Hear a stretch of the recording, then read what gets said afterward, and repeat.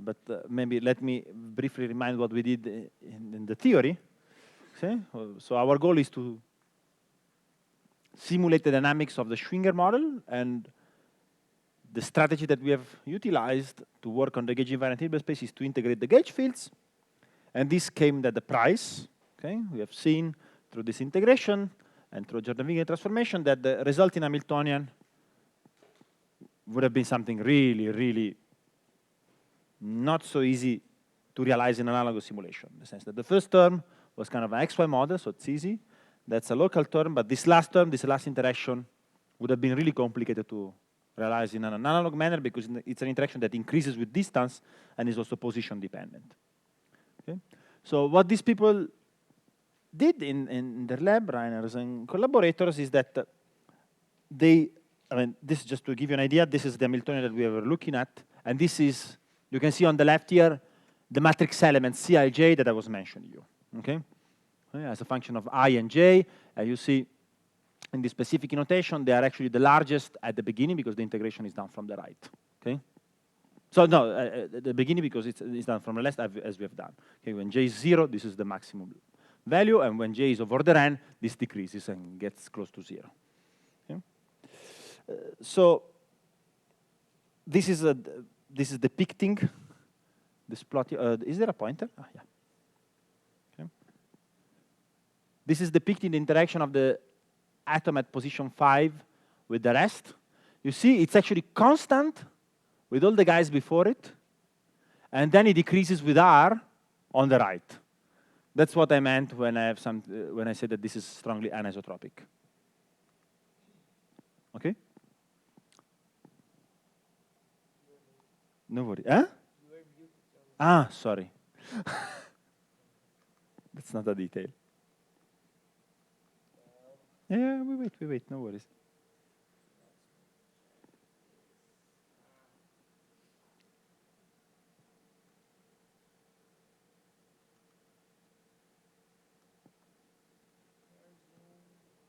Maybe the microphone is not on. It's on. Mm-hmm.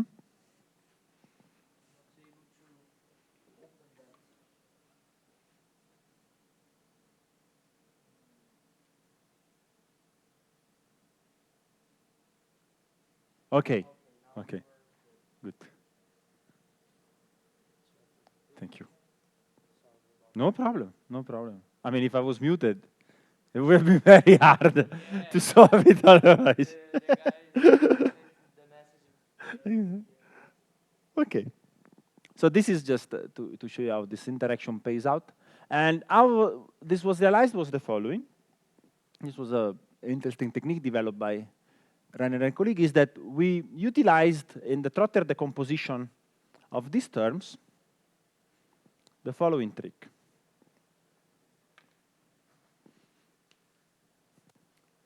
If you write this e to the I delta t, and then the interaction part, let me call it h int,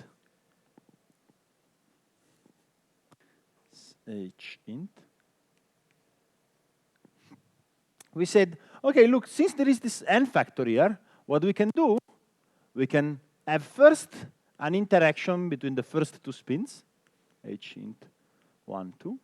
Then we do the interaction between all the spins between 1 and 3, and so on and so forth. Okay? Notice that these terms, I mean, they commute. Okay? They are all diagonal. The advantage in terms of these trapped ions is that this interaction can be done what is so called with the global Möllmann-Sørensen gates, which, I mean, you can do on all the ions if you want, but you can do also on a subset of ions. And what is happening in the experiment is that the first hide the first 7 ions, and they do an operation. Then they unhide one of the ions, and they do this operation, and so on and so forth. So if you look at just the number of the counts, or how many times an ion is involved, the first one is involved n times, 1, 2, 3, 4, 5. The second one also. The third one is involved n minus 1, then n minus 2, and so on and so forth, which is actually a way of generating a coupling of strength n minus j. Okay? So this was the technical innovation that they utilized in this context to realize this type of interactions. So this is the result that they got. Okay? What they did, they started from an initial state, which was the vacuum, and they wanted to check. And the vacuum for a system of 4 ions, we have seen it, okay, it's here by vacuum, something which is up, down, up, down. Okay? And then they wanted to see a phenomenon which is called particle creation. Okay? You quench the vacuum with a finite Hamiltonian. Okay? And this is what they've observed. Okay? Here what you see is time on the right and the particle number density on the y-axis. And these are the different curves, and you should look at the green curve is the continuum theory thing, and the red one is the experiment, and okay, yes. So let me see if I can show the legend. Okay, the red one is the experiments, and the violet one is something where we have taken into consideration certain type of errors in the system, including gate infidelities and so on and so forth. So the physics that one sees out of this is that if you quench the system, there is a particle production until a given time scale, and then the particle number goes down. Okay? And if you want to look at this in terms of cartoons, if you look at states which have particle-antiparticle pairs, there is a factor -1 in our definition here. And these are states of this type. They are maximal here in the middle. Okay? And then what we did, we performed this, what they did, they performed these experiments for different values of the mass m, which is our mass here on the blackboard, and different values of the omega and time. I mean, omega is actually our t here, sorry, okay? While t here is just time. And this is the theory prediction. This is the experiment prediction, and here what we are showing in the color plot is the particle number density. Now, if the mass is very large, you never produce particles, okay?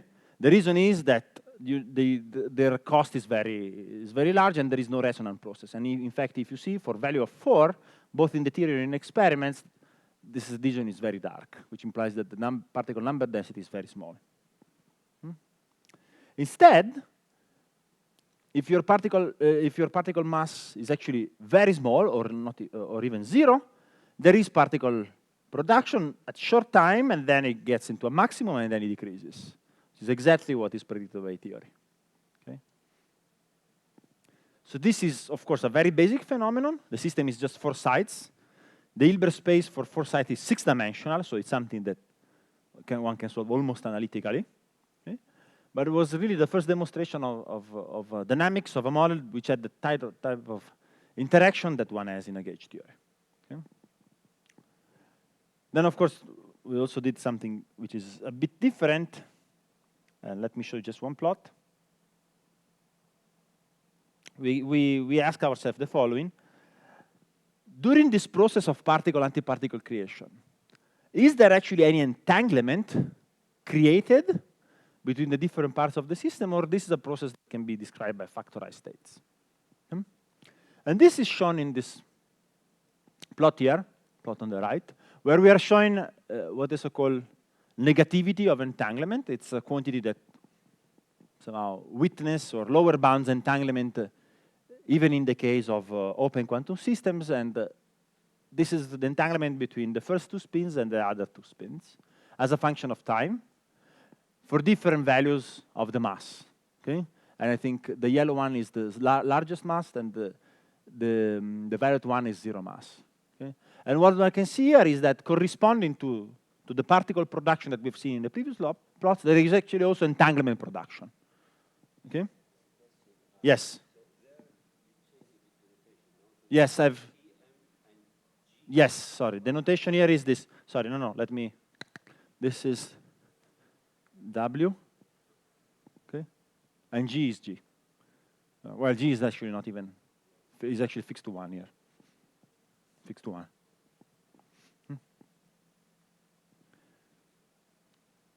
So, and this, I mean, we believe it was interesting because it was the first time that one could experimentally see that particle production can be related to entanglement production as well. Okay? And yes? How do you measure the negativity? No, they do full state tomography because the system is very small. Okay? No, I mean, no way you can measure the negativity without that. In principle, what you could do, you could put, so what is feasible is to measure moments of the partial transpose. So this is something that you can measure with the randomized toolbox, but the negativity you cannot measure with the randomized. You really need to do full state tomography. So for 4 spins was the maximum we could do. Okay.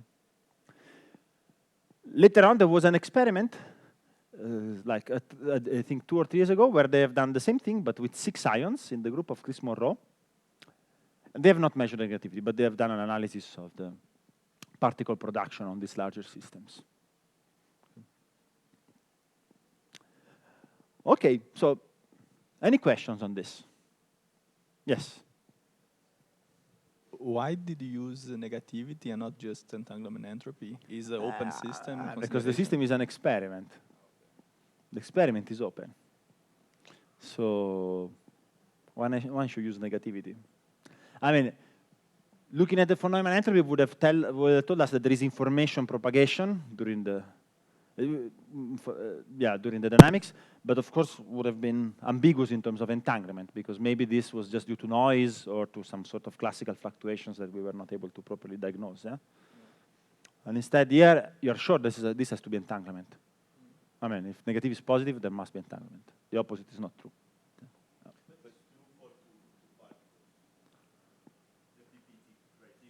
No, PPT criterion is true in general. Perez criterion, so if the transpose gets negative eigenvalues, there is entanglement. This is true in general for bosons and spins. For fermions, it's a bit different, yeah? It's a bit different. But here we are working with the Jordan-Wigner, so we're working with spins.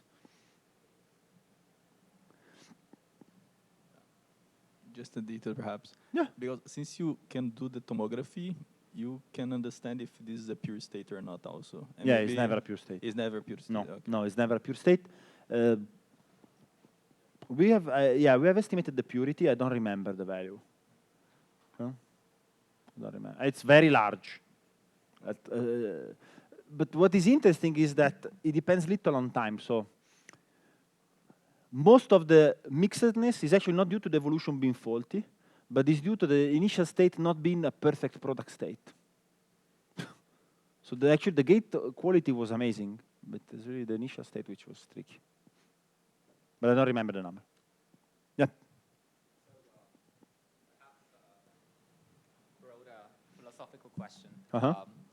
But like from this experiment, right? Like, and in general from like quantum simulation, like what do we learn about quantum many-body physics problems we haven't known before? Like, I mean, we're confirming theory predictions, right? But is there anything like you've gained by, I mean, because it is amazing that you can realize this, right? But like, is there anything new, like physics-wise, we've learned about like lattice gauge theories for this, or?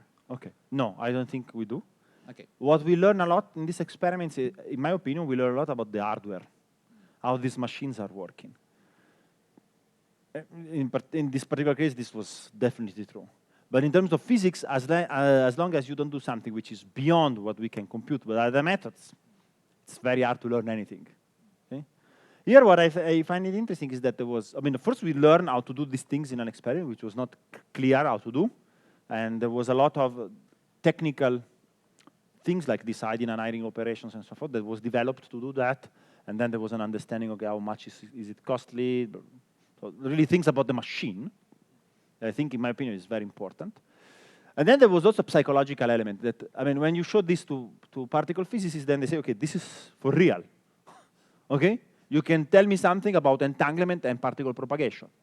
Then, of course, you can do the same thing on a laptop, but then this is creating a bridge, a connection, and then actually there is now an entire field in particle physics where they try to understand what is the role of quantum correlations, in particular entanglement on scattering.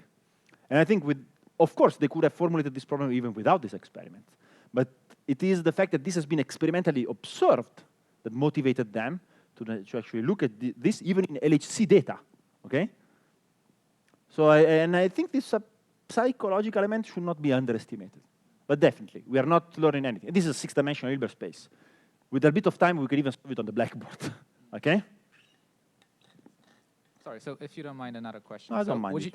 you mind telling me a bit more about the, like, why this kind of like non-local, local stuff like worked for this trotterization thing? Like, because you've mentioned something like, if there exists like some mapping to a local model or Yeah. something, then like you can always do this thing in principle, but like, Yes. so The this reason is- let me write the formulas. sure, okay. I've read the formulas because then it's probably a bit clearer.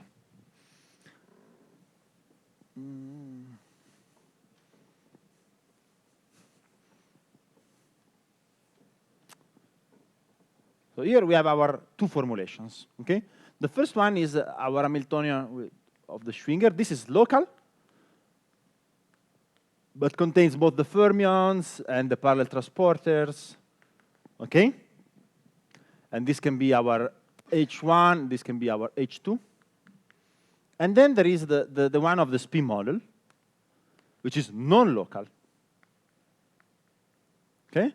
And contains the same thing, okay? Sigma plus, sigma minus, the G square term, and this would be our H2, and this would be our H1, okay? These things are mathematically equivalent, in the sense that if you write them as matrices, they have exactly the same matrix elements. Now, I can write down a trotter expansion. I mean, I have, of course, a U of T of Schwinger and a U of T of the spin model, and they are, again, the same operator. And the point is, since this term map exactly into this, and this exactly into this, then the trotterization of this so delta T H2 to the N is exactly equal to the trotterization of this. So this, if this is efficient, and we know because of Lloyd, so we know that the error here, this will be like scaling with delta T square. This has to be the same here. Of course, if we mix up these two, so if you don't know where the non-local are, then it's a bit more complicated because, of course, you're doing a different decomposition. But as long as you have control of all the steps of this mapping, then non-locality, it is something that is not captured by the Lloyd theorem. But then you can map it into something which is captured, and then you're fine. Yes?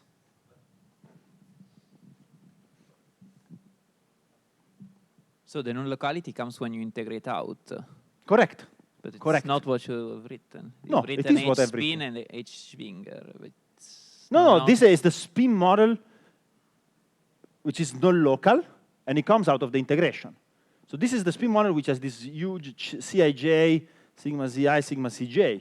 Okay? This is non-local in this language. But where this is come from, it comes from E square. Ah, okay. Okay? I see. So that's the thing.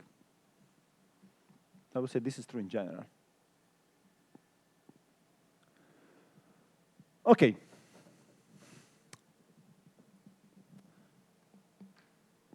This closes the lecture, and now we go to the exercises. Okay? I mean, are there other questions on this?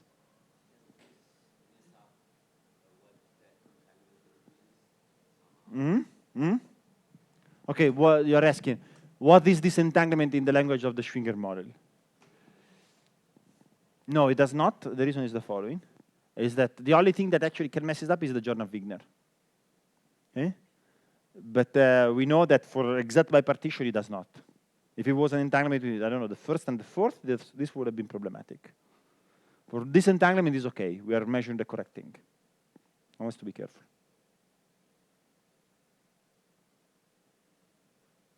Okay. Okay, so if there are no other questions, let me then stop sharing.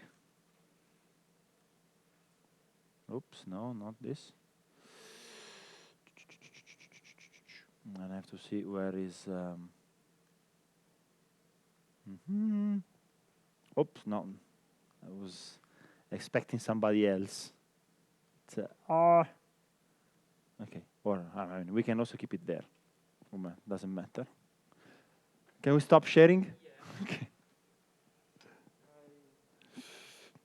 Good. 51. Okay, no problem. Perfect. So, Does somebody want to come and do the integral? And show us how the integral that I'd given you yesterday is done. A volunteer? No volunteers. Okay, then the integral we do at the very end. First we do the more funny exercises.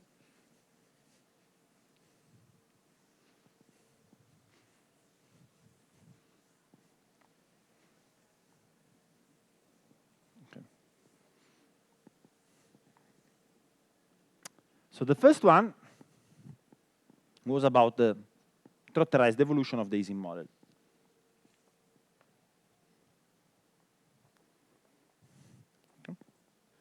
So problem 1.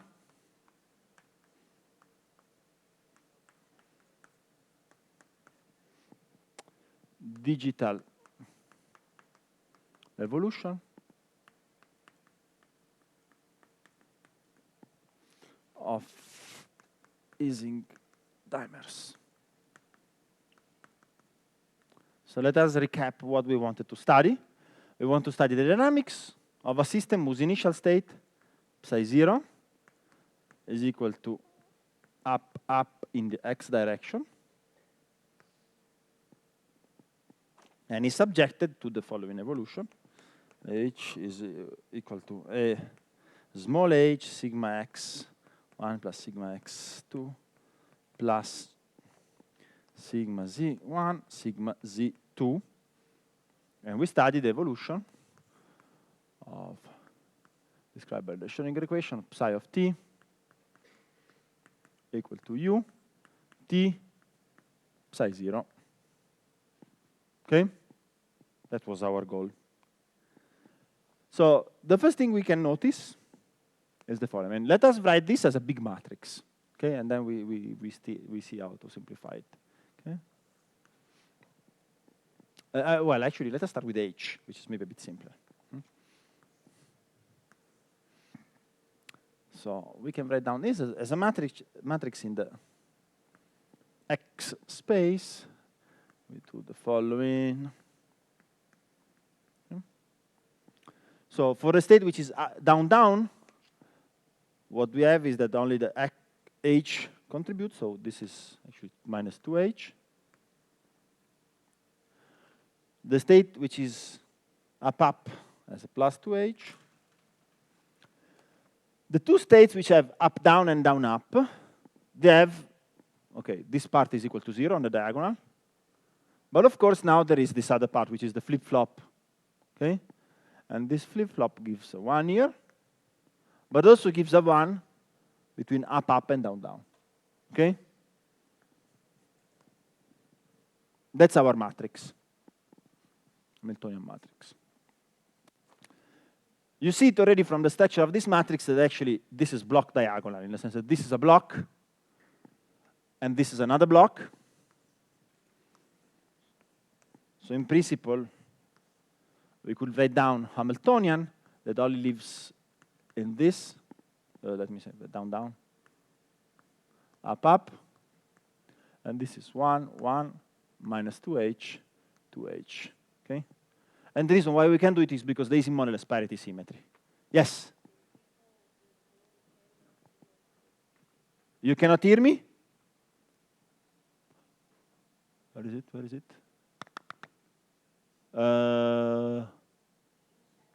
In the chat.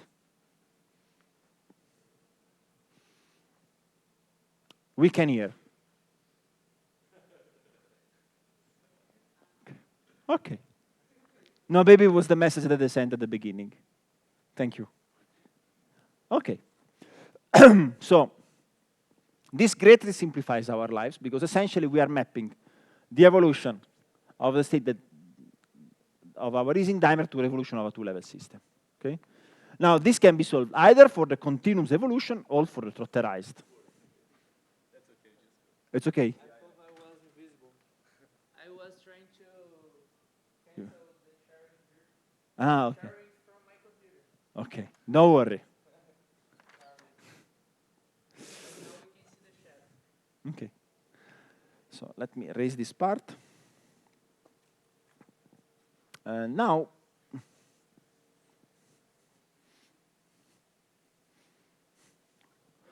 Cheers.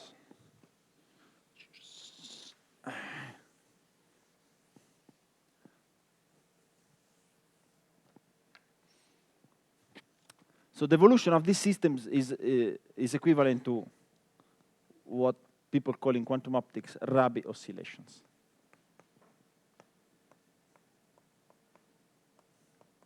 And since it's a very important topic, and I would like to briefly review this. So the step one is that we can diagonalize this matrix and get the eigenvalues and eigenvectors. Okay, so we have, let me call this H naught AB is equal to lambda AB, with the constraint, of course, that absolute value A square plus B square is equal to 1. And one can easily write down the equation out of that. The first one is minus 2H times A plus B is equal to lambda A. And the other equation is A plus 2H B is equal to lambda B. You can plug one of them into the other, or plug it directly into this equation, and what one gets, for instance, let us do it explicitly. We can plug B is equal to lambda A plus 2HA, and then we put it here, and then we have A square plus A square that multiplies 2H plus lambda square equal to 1. So this implies that A is equal to plus minus square root 1 divided by 1 plus 2H plus lambda square. Okay? You can do the same thing with B. This is, you can call it A plus minus, so that's to reflect. We can have B plus minus. That will be equal to something which is 1 divided by the square root, 1 plus lambda minus 2H square. Okay. And the corresponding eigenvalues of lambda plus minus, this you can get by, well, solving the determinant equation, and they will be something like plus minus square root of 1 plus 4H square. So if you plot them, the energies as a function of H, these are two inverted parabolas. Okay? One with a plus and the other one with a minus. Okay?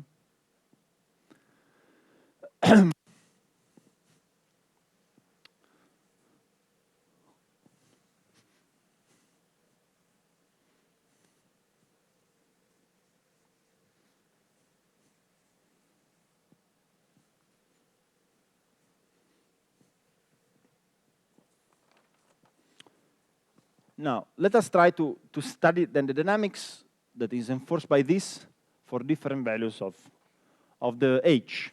Okay? So the case 1, it's probably the simple case, is when we put H equal to 0. Okay?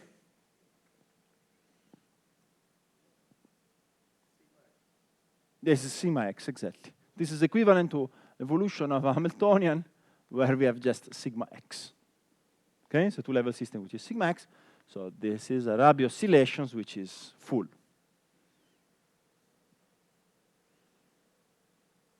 So if we are plotting here the probability of staying in the state up, which is our initial state, this starts from 1, goes to 0, and so on and so forth, forever. Okay?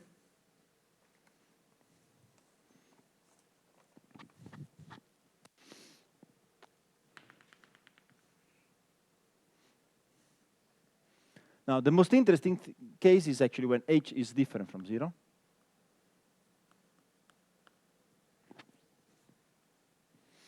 And there, what we have to do, of course, we have to write down the Schrödinger equation for the model.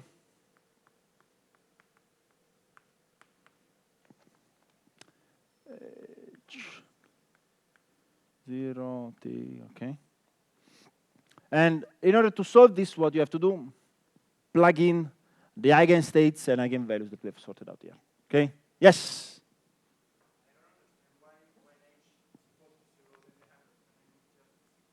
No, sorry, it's not sigma x in our sigma x's there, in the context of the Rabi flip-flop. Okay? So if you want, this sigma x is this operator written in this smaller subspace. Let me write it sigma x tilde so that it is a bit clearer. Okay. In the original language, this Hamiltonian is actually sigma plus 1, sigma minus 2 plus Hermitian conjugate, because it's equal to these two terms only.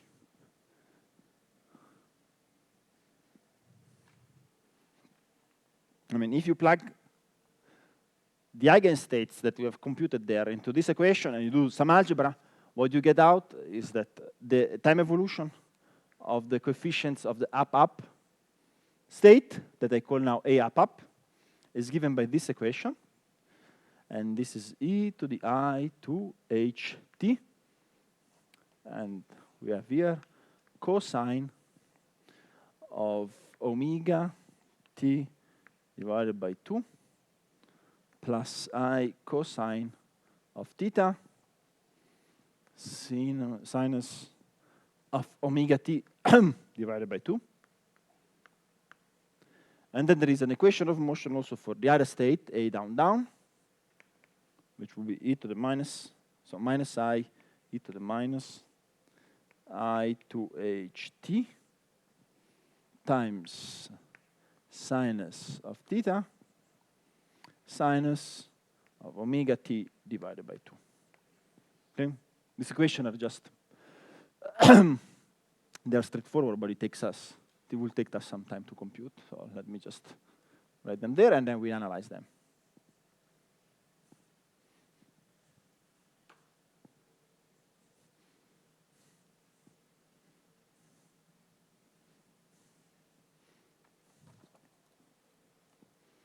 Here, omega, as a function of the initial parameters, this is 2 square root of 1 plus 4h squared. Sinus of theta is 1 divided by square root of 1 plus 4h squared. And the cosine, okay, is just a complement of this. Let me write it. It's minus 2h divided by square root of 1 plus 4h squared. So these are these parameters.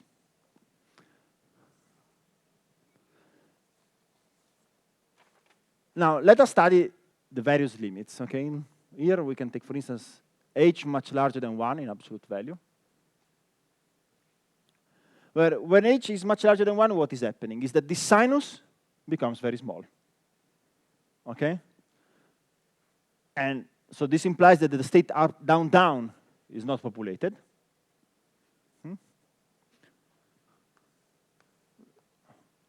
If we look at the probability of up-up, this doesn't go down that much as a function of time, because we cannot populate the other state. But what is interesting is when is the time where this reaches the minimum, okay? And this is given by this frequency, okay? This frequency is very large, which implies that, I mean, for h much larger than 1, omega is essentially of order of 4h. It's very fast. So this implies that this minimum arrives at the time scale, which is of order 1 divided by 4h. Okay? It's very fast. So you have small and very rapid oscillations. Instead, if you go into the limit h much smaller than 1, what you have is that this is actually getting smaller. Okay? So this implies that this cosine, as a function of time, so the population up as a function of time can reach 0. Fine, we knew it already. But it does it in a way where the corresponding frequency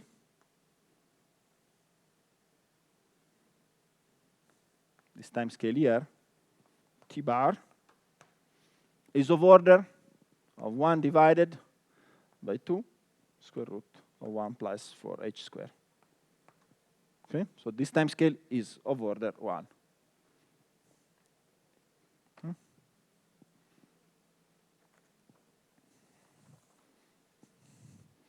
Now, with these equations, you can go and check yourself the lines of the experiments.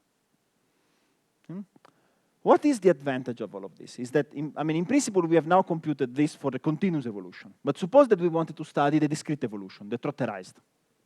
Okay? Well, the trotterized evolution, at least the first steps, you can compute in the very same manner. They're just a unitary evolution until a certain time. Okay? Then, of course, for the next step, then you have to be more careful. You have to solve a different set of differential equations. Okay? But you could do, within the same tricks that we have said so far, do the same type of computation. So this was exercise number 1. Any question?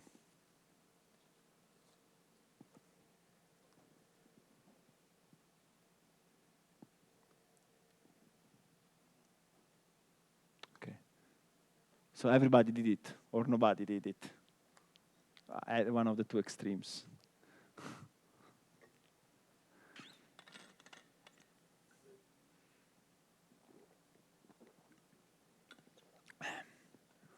Let us then move to the other exercise,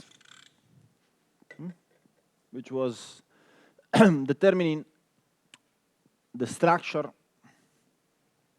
of the Hilbert space of the quantum link model.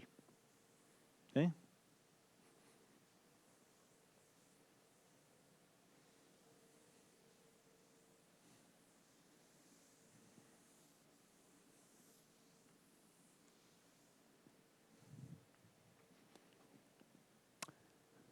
So, exercise. Hilbert space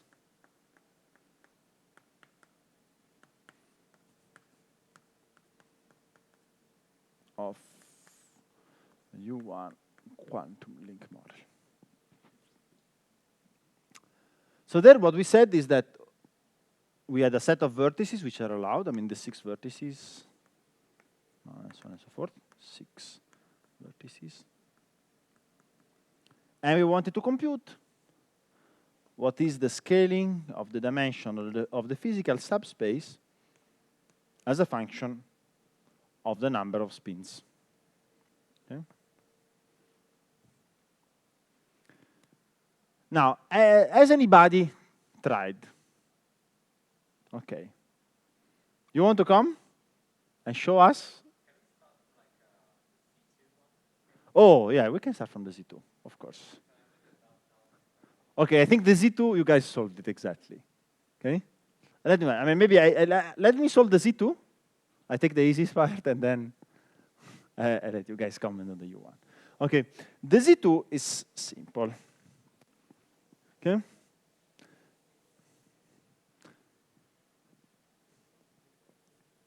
Z2. I start. Let me really put the lattice here. Sorry.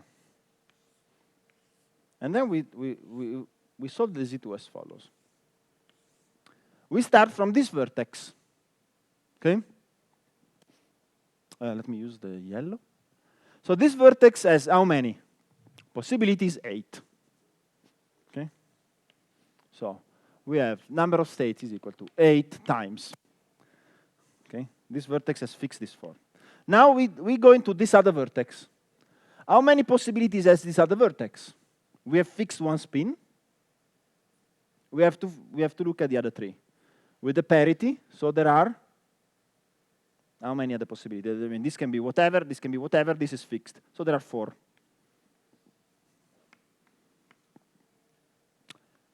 Again, another vertex where we have 3 free bonds. We can have this free, but then this is fixed. Okay, so it's 4. So, and we arrive until the end of this line. Okay, so the Hilbert space of the first line is of order 4 to the Ly. Okay? Let me skip factors of 2. I mean, they're actually not fundamental. Okay? This is Ly, this is Lx. Now we can do the same thing moving on the next column. I mean, first we move here, so there is another factor of 4. And then we have a vertex where we have this fixed and this fixed. Then it's not 4. There are only 2 options. So it's 2. And then again, we go down like this and get 2. So this will be of order 2Ly. And then we can do it for a next column again, a next column again. All of them will be of order 2Ly. So the total W that we get out of here, it's of order up to the first, no, it will be 2Ly to the Lx. Okay? Now, sorry. Ly times Lx is the total number of vertices, but since the unit cell has 2 particles per bond, the total number of spins is actually this. Number of spins. And let me call it NS. So the Hilbert space dimension W is equal to 2 to the NS divided by 2. In a thermodynamic limit. Okay? At finite size, there is, of course, this effect of the 4, some boundary conditions, blah, blah, blah.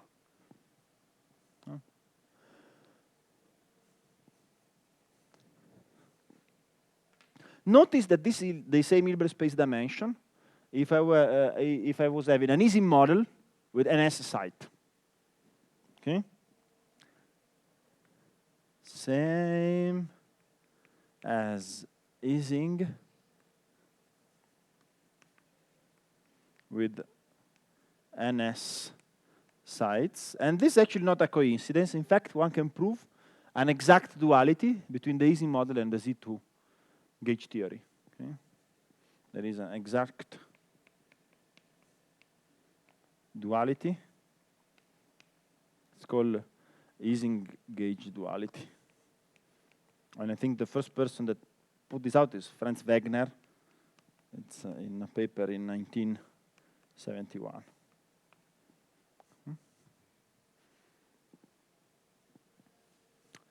So the Z2 was relatively easy to do. Okay? There were other methods to prove it. I mean, if you want, you can sit in front of the plaquette and look at what the possible configurations are. Here, we really did it with a trial and error. Now, this trial and error looks so smooth that maybe we can try it also there. Let's try. Okay? Let's try. I'm not saying it's working, okay?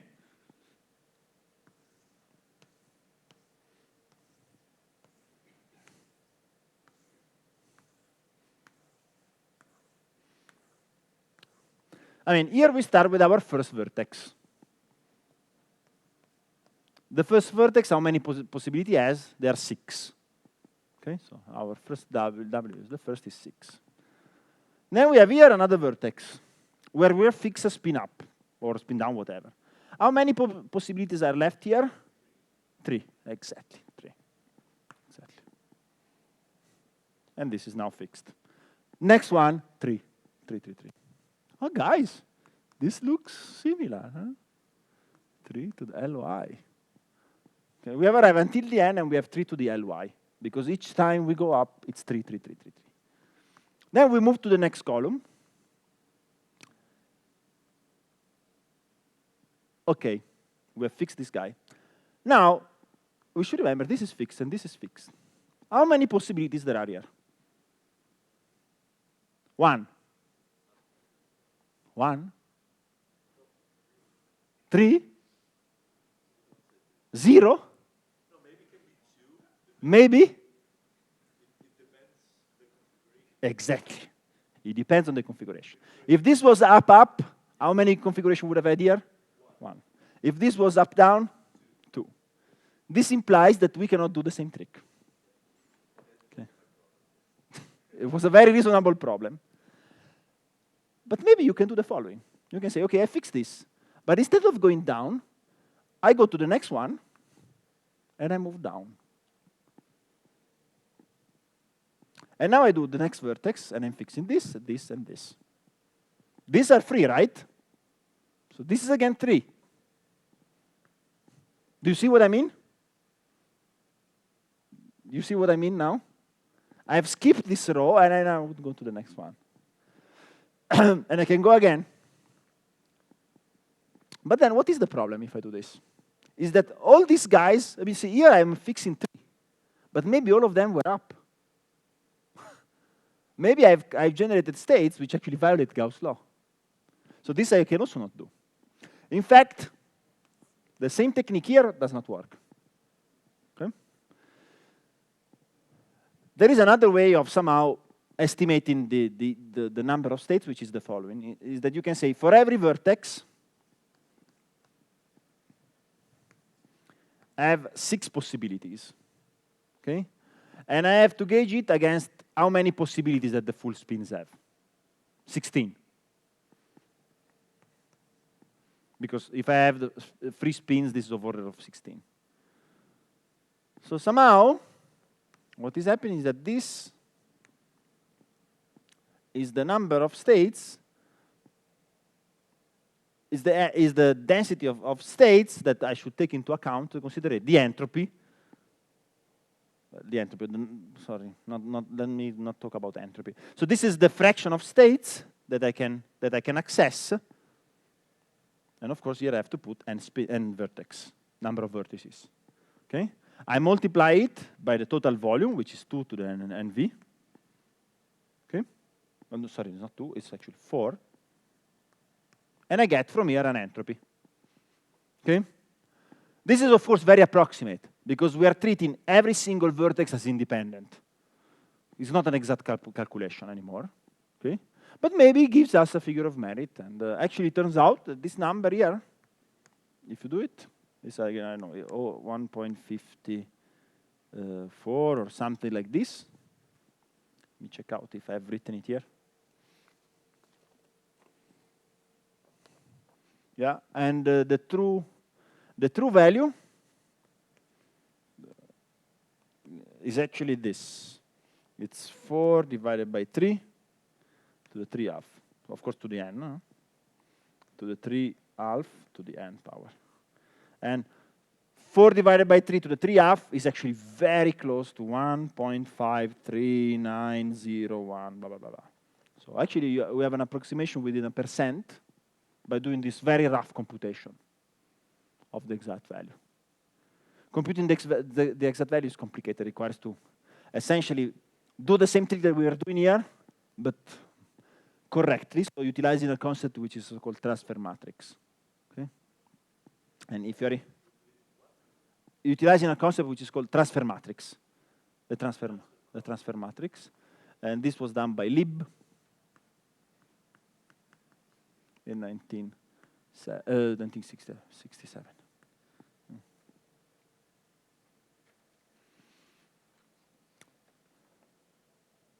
Of course, this is telling us that also the Hilbert space of this theory grows much slower than the one of the Z2 gauge theory. So if you have to do one day an exact diagonalization computation, these models are actually milder. You can treat much larger system sizes, maybe even 70 or 80 spins.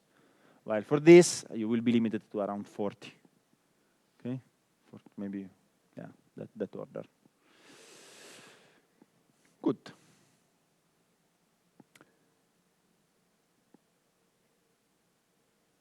Any questions? I have a naive question. Mm-hmm. Why is the same as easing with NS sites? Oh, NS divided by 2. Ah, okay. Yeah. Okay. Sure. Thank you. Yes. Yeah. No, NS divided by 2. So in the easy model, it has to be half of the number of spins that you have in the model.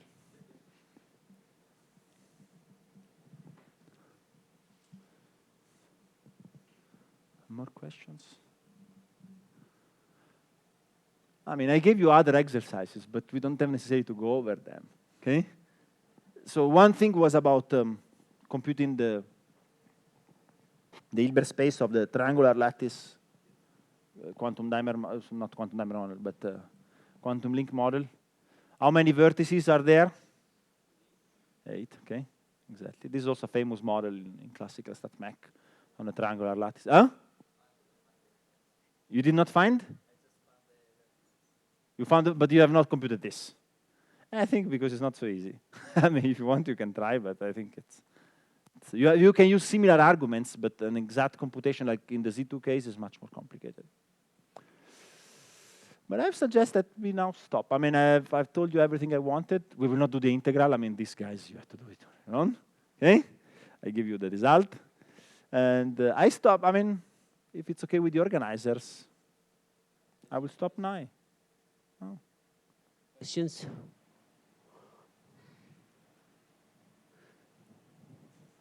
So for, I don't know that you mentioned or not yesterday, for U1, so people used to find this gauge theory ones from the duality cases, right? Like this case of Wigner. So they were starting from three-dimensional one and then looking to do dual version, and it ended up to be the lattice gauge theory. So what is the equivalence for the U1 case? No, it's not so easy. It's not so easy. No, you are asking if there is an equivalent statistical mechanics model that maps into the U1. Yeah. I don't think it exists. Or if it yeah, I don't think it exists. I mean, the reason why it's very unlikely that this exists is that look at this Hilbert space dimension. You have to find a StatMech model which has this Hilbert space dimension growing. And this is weird. So it's very unlikely that you have a dual StatMech model. You have what are so-called ith representations of the gauge theory. So these are models where you actually put numbers here, which depend on the configuration of the spins around the plaquette. And if you put constraints on these numbers, then you can automatically satisfy Gauss' law. Sometimes it's useful to have these ith variables, but they are also somehow non-local descriptions, because they depend on arrangements and they have constraints one with respect to the other. So at the end, you are mapping the gauge theory into another gauge theory, not really onto something else. I'm not aware of. More questions? Looking at the different exercises, there are other states like putting spins in the x direction on every vertex, on every bond, and these don't respect the gauge, but they sort of, in the expected value, they would work. Is there any merit to that? No. In the following sense, that if a given state does not satisfy Gauss' law, it does not, from our point of view of engineering gauge theory, it does not match one of the conditions that we were interested in. There is, however, an extended version of the physical Hilbert space, which is an Hilbert space where instead of having Gauss' law equal to 0 everywhere, you have Gauss' law equal to 0 only on a subset of points, and another subset is actually finite. This in gauge theory are called super selection sectors, which are equivalent to saying that you don't necessarily have that this is equal to 0, but you can make this equal to some classical charge distribution. This is like studying quantum electrodynamics, but on a classical background. But there, Gauss' law is satisfied, but there is a number here. There is not 0. Okay? Some of these states can be used to study superposition of super selection sectors. And there are examples where this is useful. In particular, there has been a set of works a few years ago which have shown that if you have gauge theories and you start evolution from these states, they actually display a phenomenon which is called disorder-free localization. So this gauge theory, despite having no disorder, they behave like a disordered system. So that's one thing.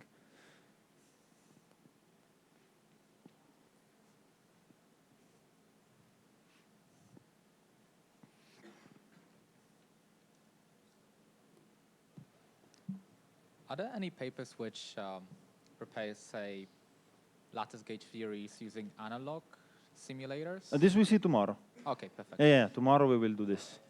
Today we have done, I have done this because it was really the first experiment that have shown something. And tomorrow we will see an experiment that has shown this on a much larger scale using an analog simulator.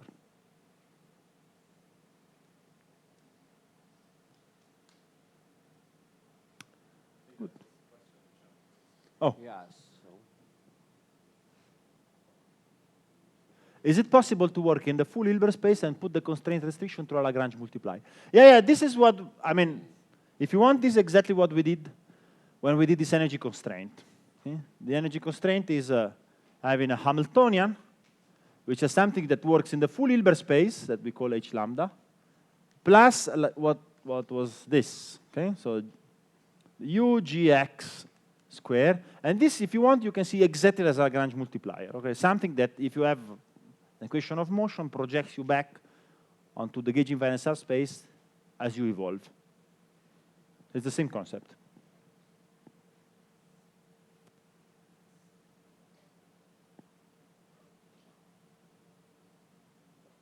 Okay. Good. Some general questions. So let's say that I have some quantum system. I get a ground state, I don't know, in some basis, Yes. 1 or 2 bases. So by looking to this ground state, like doing, let's say, imaginary full tomography, are there some the general things one can say that if you have this and this, probably you have the local gauge symmetry in the system?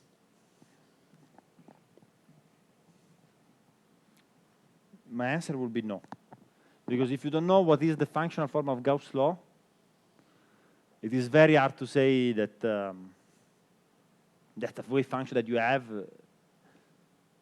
it's something which is described by gauge theory. Also, let me be, one has to be also very clear. I mean, gauge symmetry is a redundancy in the description. In principle, if I give you free fermions, you can write free fermions as a gauge theory, right? You just put a parallel transporter in the middle. Anyway, there is Gauss' law, who cares? But have you gained something in interpreting free fermions as a gauge theory? No, because there is no interaction. I think the key point is that introducing this gauge field is important when there are these long-range forces. Just talking about the gauge theory and so on, it can be somehow not necessarily the correct language to formulate a problem. So I'm not so sure if my answer is clear enough. Well, I was curious to know that I really also need to know a full dynamic behavior or Hamiltonian, or just, for example, when we go in the case of Schwinger model to the spin version, it looks like we what we get is just we're really looking, for example, if in zero temperature, no dynamics, you're just putting some restrictions on your configurations that you can have, right? Yes, yes. So, and then what's the point of starting from some gauge symmetry and reaching to some crazy kind of spin chain, except that you want to restrict your Hilbert space to... No, but I think the point is that this restriction of Hilbert space is physical in the sense that it corresponds to a dynamic where there is this principle of gauge invariance that then reflects into this restriction, okay? Yeah. And this has physical consequences, of course, that there is this long-range forces, okay? So in that case, there is a lot of added, there is, of course, an intrinsic added value in formulating the problem as a gauge theory or as a spin model, and you see the direct consequence. But if I give you the wave function of that spin model, when I put, for instance, g square equal to 0, this maps exactly into the XY model. And this, if you go back to the gauge theory, will map into a trivial regime where there is no interaction with the electric field, okay? So every time you get a simple spin model, it is pretty clear that the gauge theory will become something trivial. That's what I meant before. You can write everything, even simple model as gauge theory, but you are not gaining anything because this gauge theory will be trivial.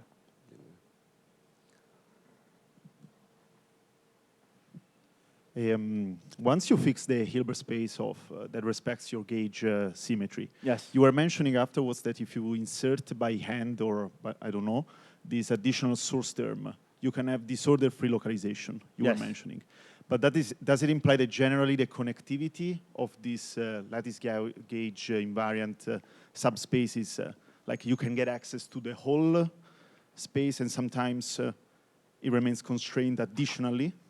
This is the source of this disorder-free localization? For abelian symmetries, I would say yes. For non-abelian, I don't know, but for abelian symmetries, exactly what you said.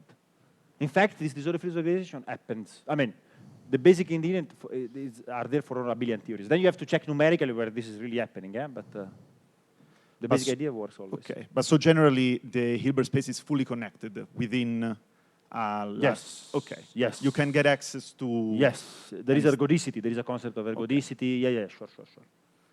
And this is connected instead, for instance, with fractons or something like that, or? Fractons are a different beast, because fractons are not coming from gauge theories of rank 1, we will say, are coming from what is so-called higher rank gauge theories. So instead of having Gauss law only, you have also conservation of higher moments, like dipole, blah, blah, blah. So I think it's a bit different. Okay, thank you. It is, of course, a bit different. Eh?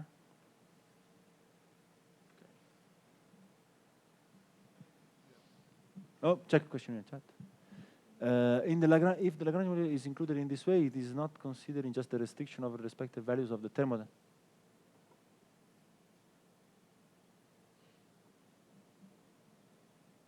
Okay, I'm not so sure I understand this question. Included in this way, it is.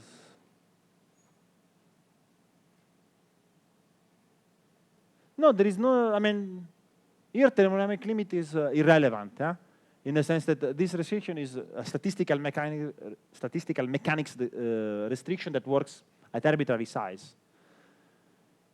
So I would not be concerned with that at any level. I don't understand why you mentioned thermodynamic limit, frankly. So maybe you can specify.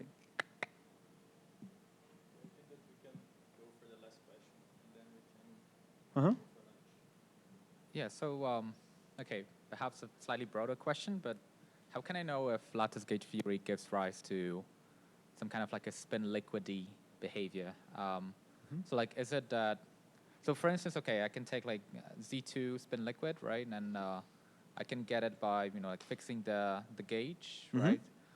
For like Gauss's law, and then like on top of that, construct a Hamiltonian, which is gauge invariant and consists of like, those Wilson loops.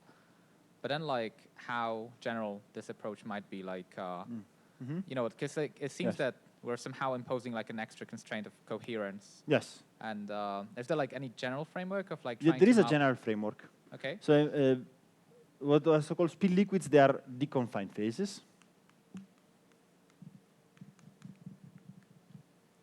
And deconfined phases, they cannot happen in any dimension. Okay. In particular, if you are in D equal to 2. Only discrete groups can have a deconfined phase. So if you have a pure gauge, so without matter, so here only Z2 spin liquid exists, Z3 spin liquid exists. If you look at our U1 quantum link model in 2 dimensions, you cannot have a spin liquid. Because there is a theorem, it's called Polyakov gauge argument, that U1 gauge theory is never deconfined. So U1 will not be allowed. This is a general framework. If you go to 3D, this is, instead is included. You can have both discrete and finite. In D equal to 1, there is no deconfinement, so it's a bit of a different thing. So there are generic things, and they also can be applied to some extent where you also put matter. Okay, if you put fermions, sometimes they can deconfine, sometimes not. If you put Higgs, they confine or not. So there is I would tell you, there is a framework, but of course, for any given Hamiltonian, then you have to do a computation. Okay? Because you have to understand whether if you're in a deconfined phase or in a confined phase, which is might be simple or might not be simple, it depends.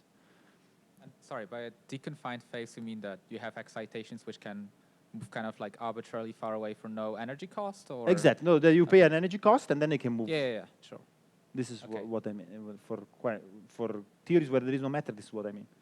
Yeah. I see.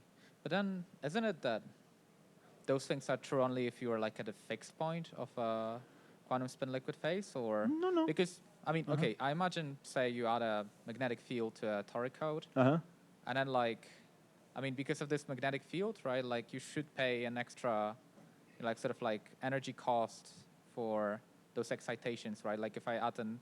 Like, No, say, you pay it, but then the point is this does not change much if you move from a distance. So the energy cost can actually be huge. This has to be clear. Deconfinement doesn't mean that it's actually easy to create particles. Maybe very hard, but once you have created them, they are free. Okay.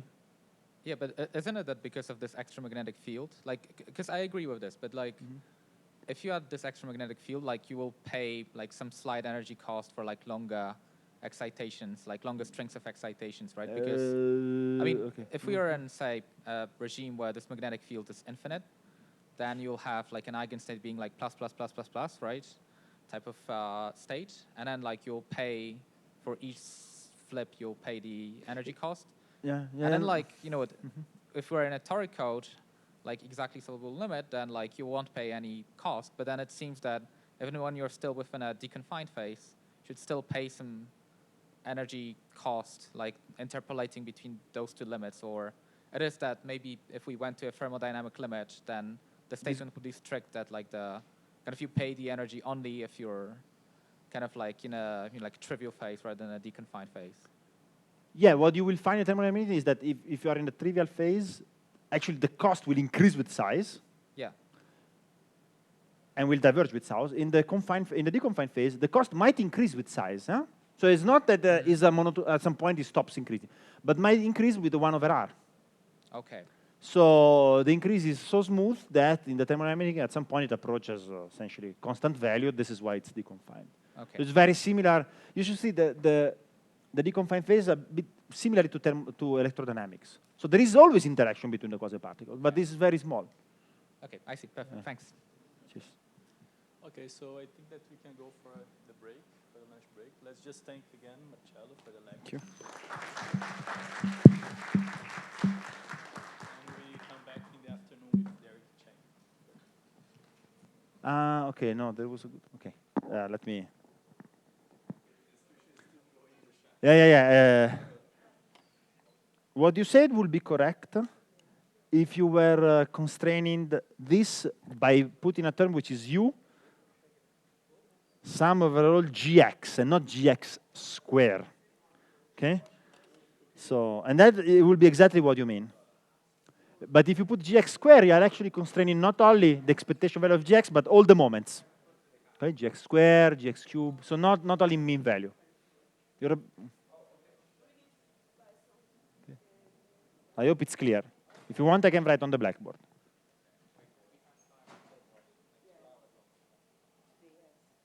Or maybe,